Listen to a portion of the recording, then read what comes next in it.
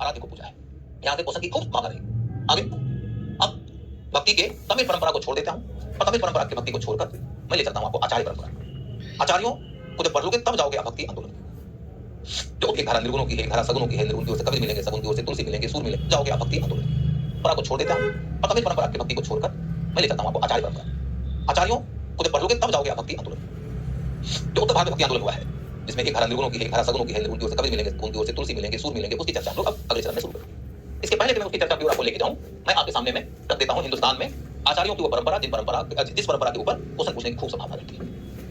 इसमें शंकराचार्य मिलेंगे, शंकराचार्य के बाद में रामानुजाचार्य आएंगे, रामानुजाचार्य के बाद में माधवाचार्य आएंगे, फिर वल्लभाचार्य आएंगे। इन आचार्यों के बारे में 4-5 बातें जरूर जानना चाहिए। नंबर 1 इनका जगह, नंबर 2 इनका काल, नंबर 3 इनकी रचनाएं, नंबर 4 इनका सिद्धांत, नंबर 5 इनका मठ, नंबर 6 क्या इन्होंने और कुछ काम किया है जिसके लिए दुनिया इनको जानती है। यही 5-6 बातें हैं और ऊपर से यदि इनका किसी राजा के साथ में मेल जोल रहा हो तो राजकीय संपर्क। यही 5-6 बातें होती हैं जो आपको जानना है। 8वीं शताब्दी 9वीं शताब्दी के दौर में केरल के कलादी क्षेत्र में पैदा होने वाले संत थे। केरल का जगह है कलादी, वहां पैदा हुए थे। मात्र 32 वर्ष की आयु इनको मिली है और 32 वर्ष की आयु में उन्होंने वो काम किया कि उनको 32 लाख साल तक भी जिंदा रखेगा यदि मानव का अस्तित्व रहा तो। कुल मिलाकर देखो तो अगला मुद्दा यह है कि इनके बारे में हम जानना चाहेंगे तो देखेंगे कि इनका साहित्य कौन सा है, इनका संप्रदाय, इनका सिद्धांत, इनके मठ और इनका अन्य कोई विशेष योगदान। क्षेत्र में इनका क्या योगदान है? संस्कृत भाषा में इन्होंने उपनिषदों, ब्रह्मसूत्र और गीता के ऊपर टीका लिखा। हिंदुस्तान में एक कॉन्सेप्ट है साहित्य के जगत में प्रस्थान त्रयी का, तो जरूर याद रखना। प्रस्थान, इसको यहां से लिखता हूं, दूसरे पे लिखता हूं। प्रस्थान त्रयी, तुमसे सीधा क्वेश्चन पूछा जाएगा प्रस्थान त्रयी में कौन शामिल है? प्रस्थान त्रयी बेसिकली भारतीय दर्शन साहित्य के अंतर्गत 3 रचनाओं को सबसे आधारभूत माना जाता है। उनमें से सबसे पहले है उपनिषद। उपनिषद को आगे चलकर बदरायन नाम के एक विद्वान ने, बदरायन नामक एक विद्वान ने सूत्रबद्ध कर दिया और किताब का नाम रखा ब्रह्मसूत्र। ब्रह्मसूत्र में उन्होंने उपनिषद की गहन बातों को एक्सप्लेन किया संक्षेप में, उसका नाम पड़ गया ब्रह्मसूत्र। और आगे चलकर इसको और गहराई से जाते एक्सप्लेन किया गया गीता। कहते हैं कि गीता क्या है, तो एक विद्वान ने लिखा है कि गीता उपनिषद को दूह कर निकला हुआ दूध है। उपनिषद दूध है, उपनिषद गाय है, कृष्ण ग्वाला है, अर्जुन बछड़ा है और उपनिषद रूपी गैया को दूहने से जो दूध निकला है वही गीता है। तो आप समझ सकते हैं कि उपनिषद और गीता के बीच में अंतर संबंध है। जो भी उपनिषदों को ठीक से एक्सप्लेन करना चाहता है वो उपनिषद के साथ बदरायन के ब्रह्मसूत्र और गीता को भी एक्सप्लेन करता है। तब इन्हीं तीनों के एक्सप्लेनेशन के आधार पर बताता है कि असल में उपनिषद का सिद्धांत क्या है और उसका विचार क्या है। तो इसलिए आपको पहले समझना है कि प्रस्थान त्रयी में कौन सा साहित्य आता है। और जब तुम आचार्य परंपरा की ओर जाओगे और देखोगे कि शंकराचार्य हैं, रामानुजाचार्य हैं, इन सब ने प्रस्थान त्रयी के ऊपर टीका लिखा है। तुम किताबों का नाम याद करते रह जाओगे, कॉन्सेप्ट क्लियर नहीं रहेगा, बेसिक नहीं समझोगे, क्वेश्चन पूछेगा प्रस्थान त्रयी में कौन शामिल है, तुम मार खा गए। तुम याद कर रहे हो उपनिषद के ऊपर टीका लिखा रामानुज ने, उपनिषद पे टीका लिखा शंकर ने, गीता पे टीका लिखा शंकर ने, गीता पे टीका लिखा रामानुज ने। भैया मेरे सब इन्हीं तीनों टीका काहे लिख रहे थे? क्योंकि ये सब के सब वेदांती विचारक थे।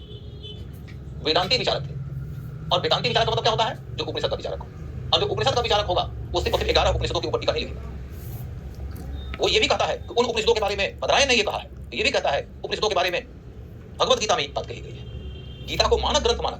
अतः यदि तुम उपनिषदों के गहन अर्थ को समझना चाहते हो तो तुमको ये कहना पड़ेगा। जैसे एक उदाहरण लेते देखो कि तुमने एनसीईआरटी किताब पढ़ा और तुम अपने दोस्त से बात करना चाहते हो या तुम अपने किसी समूह में बात कर रहे हो तो तुम क्या कहोगे? एनसीईआरटी में लिखा हुआ है, सर भी यही बोले हैं। तो जब तुम अपने दोस्तों में बात कर रहे हो और तुम सारे दोस्तों के बीच में एक मैं तुम्हारा टीचर हूं उस विषय का, तो तुम कहोगे देखो मैंने जो कहा है एनसीईआरटी में वो लिखा हुआ है और सर भी यही बोले हैं, अतः यही बात करिए। इसी तरीके से देखोगे शंकराचार्य कह रहे हैं कि उपनिषदों में ये लिखा हुआ है, बदरायन ने भी यही कहा है, गीता में भी लिखा हुआ है, यही है प्रस्थान।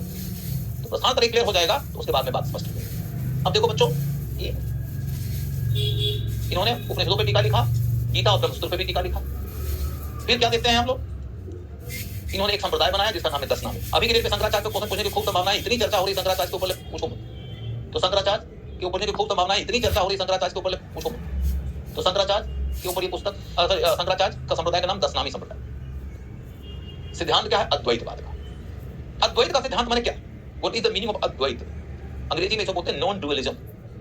उसका मतलब हुआ दूसरा कोई नहीं, दूसरा कोई नहीं, दूसरा कोई नहीं। दूसरा कोई नहीं का मतलब क्या हुआ? कहते हैं ब्रह्म सत्य, जगत मिथ्या। ब्रह्म ब्रह्म ही एकमात्र सत्य की सत्ता है, जगत मिथ्या है। और फिर मैं ही ब्रह्म हूं, अहम ब्रह्मस्मि तत् त्वम असि, तुम ही वही हो। तो मैं कौन? मैं एक आत्मा हूं और आत्मा ही ब्रह्म है। ये आत्मा ही ब्रह्म है। लेकिन जब ये आत्मा ब्रह्म है और ब्रह्म ही सर्वोच्च सत्ता है, लेकिन मुझे तो लगता है कि मैं रजनीश राज हूं और तुमको लगता है कि तुम XYZ हो। तुम्हारा कुछ नाम है अपना XYZ, मैं किसी का नाम क्यों लूं? सबका नाम इसमें आ जाएगा। तुम्हें लगता है मैं X हूं, मैं Y हूं, मैं Z हूं। तो शंकराचार्य कह रहे हैं कि ना ना ना ना, तुम एक आत्मा हो और आत्मा ही ब्रह्म है। लेकिन तुम्हें नहीं पता चल रहा है क्योंकि तुम अज्ञानी हो। ज्ञान के रास्ते तुम अपनी सही समझ बना पाओगे। मैं समझ गया क्योंकि मैं ज्ञान के मार्ग पर चल चुका। मैं समझा हूं मैं ब्रह्म हूं। मैं तो ये भी समझ गया कि तुम भी वही हो, लेकिन तुम नहीं समझ पा रहे हो। समझना चाहते हो ज्ञान के रास्ते पर चलो, और ज्ञान के रास्ते पर चलना चाहते हो तो उपनिषद का ज्ञान हासिल करो। मैं समझाता हूं उपनिषद क्या कहता है। ब्रह्मसूत्र का ज्ञान हासिल करो। मैं समझाता हूं ब्रह्मसूत्र क्या कहता है। मैं समझाता हूं गीता क्या कहती है। इस तरीके से देखो तो उन्होंने अद्वैत का सिद्धांत दिया। शंकर के मठ, उन्होंने 4 मठ खोला। हिंदुस्तान के 4 कॉर्नर पे 4 मठ खोला। इस तरीके से उन्होंने भारत की संस्कृति को इकट्ठा करने का प्रयास किया, जोड़ने का प्रयास किया। उनके जो 4 मठ हैं, एक है दक्षिण में श्रृंगेरी का मठ, द्वारका पश्चिम में, पूर्व में गोवर्धन मठ पुरी में, और उत्तर में जोशी मठ उत्तराखंड में। तो देखोगे कि 4 मठ हैं। इन मठों में अभी सबसे ज्यादा चर्चा जिनके नाम पर हो रही है तो जोशी मठ बद्रीनाथ के निकट है। उसके जो शंकराचार्य हैं जिनके नाम पर चर्चा खूब होती रहती है वही अभिमित्वेश्वरानंद जी।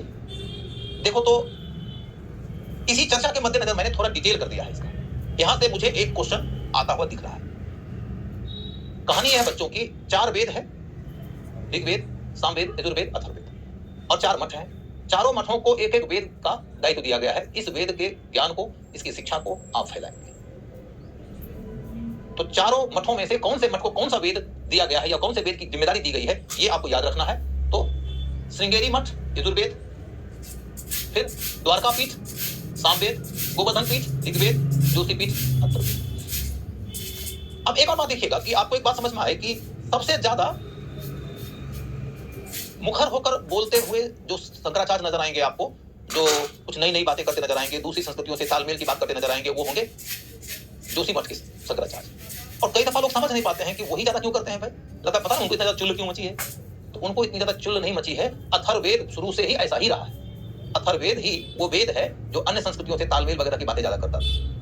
अथर्ववेद तो इतना ज्यादा अन्य संस्कृतियों से तालमेल की बात करता था कि कुछ परंपरावादी ब्राह्मण विचारकों ने कहा कि वेद 3 ही होते हैं, हम चौथे को वेद ही नहीं मानते। अथर्ववेद के विचारक को हमेशा ही परंपरावादियों के विरोध का सामना करना पड़ा है, और इसलिए वेद त्रय का विचार आया था कि वेद 3 ही होते हैं, चौथे को हम वेद ही नहीं मानते, अथर्ववेद को वेद ही नहीं मानते। वही अथर्ववेद की जिम्मेदारी दी गई है जोशी मठ को। इसके बाद फिर देखोगे कि शंकराचार्य के 4 वचन, 4 महावाक्य हैं जो अलग अलग मठों को दिए गए हैं। उनमें से एक देखो श्रृंगेरी का मठ है, अहम ब्रह्मस्मि, जो मैंने बताया मैं ही ब्रह्म हूं। और द्वारका पीठ को दिया गया तत्त्वमसि, तुम भी वही हो। और जोशी मठ को क्या दिया गया, अयात्मा ब्रह्म, ये आत्मा ही ब्रह्म है। और गोवर्धन पीठ को दिया गया कि प्रज्ञानांग ब्रह्म, ब्रह्म के बारे में तुम्हारी समझ कैसे बनेगी, तो प्रज्ञा के माध्यम से, ज्ञान के रास्ते। ये 4 महामंत्र हैं। कौन से मठ को क्या दिया गया आपको ये याद रखना है। यहाँ से क्वेश्चन की मुझे भरपूर उम्मीद दिख रही है क्योंकि आज की चर्चा खूब ज्यादा है। तुम चर्चा करते रहोगे मुक्तेश्वरानंद जी के ऊपर, क्वेश्चन यूपीएससी वाले पूछ देंगे शंकराचार्य जी के ऊपर। समझ गए। अब देखो बच्चों, कुछ विशेष योगदान में से एक है कि शंकराचार्य ने अखाड़ा की शुरुआत किया था। आज की तिथि में अखाड़े अब शंकराचार्य के अधीन नहीं रहे, लेकिन सदियों तक हिंदुस्तान में जितने अखाड़े थे वो अखाड़े बेसिकली शंकराचार्य के अधीन हुआ करते थे। धीरे धीरे अखाड़ों की प्रबंधन कमेटी अलग बन गई और शंकराचार्य और अखाड़े एक दूसरे से अलग हो गए। उधर अपने को नहीं जाना है। फिर शंकराचार्य एक तरफ तो कहते हैं कि मैं आत्मा हूं, आत्मा ही ब्रह्म है और ब्रह्म ही सर्वोच्च सत्ता है, तो ईश्वर कहां रहेगा भैया। तो शंकराचार्य के विचार में ईश्वर है ही नहीं। शंकराचार्य के विचार में ईश्वर नहीं है, लेकिन शंकराचार्य ने मंदिर बनवाया है, 3 मंदिर बनवाया है। शंकराचार्य ने 3 मंदिर बनवाया है। सबसे प्रसिद्ध मंदिर है शंकराचार्य का श्रीनगर में। बहुत पहले एक फिल्म आई थी, मुझे फिल्म का नाम अभी याद नहीं आ रहा है। उसमें एक टेररिस्ट है और एक पुलिस ऑफिसर है, उन्हीं दोनों के बीच की कहानी है। उस फिल्म में गीत है बुमरो बुमरो सामरंग बुमरो, मुझे फिल्म का नाम ही याद नहीं आ रहा है। तो उस फिल्म में देखोगे कि टेररिस्ट के टारगेट्स में से एक टारगेट बताया गया है शंकराचार्य को, कि शंकराचार्य को उड़ा दूंगा। तो शंकराचार्य क्या है। शंकराचार्य बेसिकली श्रीनगर में पहाड़ी के ऊपर बनाया हुआ एक मंदिर है। आज के डेट में एक महत्वपूर्ण स्थल है जहां लोग जाते हैं। यदि आप सही जगह जाते हैं तो वहां जाते हैं। मैं तो गया हूं 3 बार। तो वहां जाने का जो आपका अनुभव होगा, उस अनुभव को देखेंगे तो आपको 2 तरीके का अनुभव मिलेगा। एक तो वहां शिवलिंग है, लेकिन आप उसी कैंपस में बहुत सारे श्लोक लिखा हुआ पढ़ेंगे, बहुत सारे वक्तव्य लिखा हुआ पढ़ेंगे जो शंकराचार्य के वक्तव्य। उन वक्तव्यों में है कि ईश्वर नहीं होता है, लेकिन हिंदुस्तान के भक्तों को कौन समझाए? वो वहां जाकर भगवान की पूजा कर लेते हैं। शंकराचार्य भगवान की पूजा के बजाय ये बता रहे हैं कि भगवान तो है ही नहीं, मैं आत्मा हूं, तुम भी आत्मा हो, आत्मा ही ब्रह्म है, मैं समझ गया हूं, तुम समझ नहीं पाए हो। समझना चाहते हो ज्ञान के रास्ते से, मैं गुरु हूं, मैं ज्ञान देने आया। तो शंकराचार्य, हाँ, फिर का नाम मिशन तस्वीर, वेरी गुड, वेरी गुड। तो शंकराचार्य गुरु की भूमिका में, उनके धर्म में या उनके सिद्धांत में गुरु का बहुत महत्व है। क्लियर हो गया बच्चों? अब देखो, शंकराचार्य की कहानी यहीं पर मैं खत्म करता हूं। अब ये सब तो मठ है, तो मठ को आप लोग देखिए और नमस्ते करिए और आगे बढ़िए। अब अगले संत आ गए या आचार्य आ गए।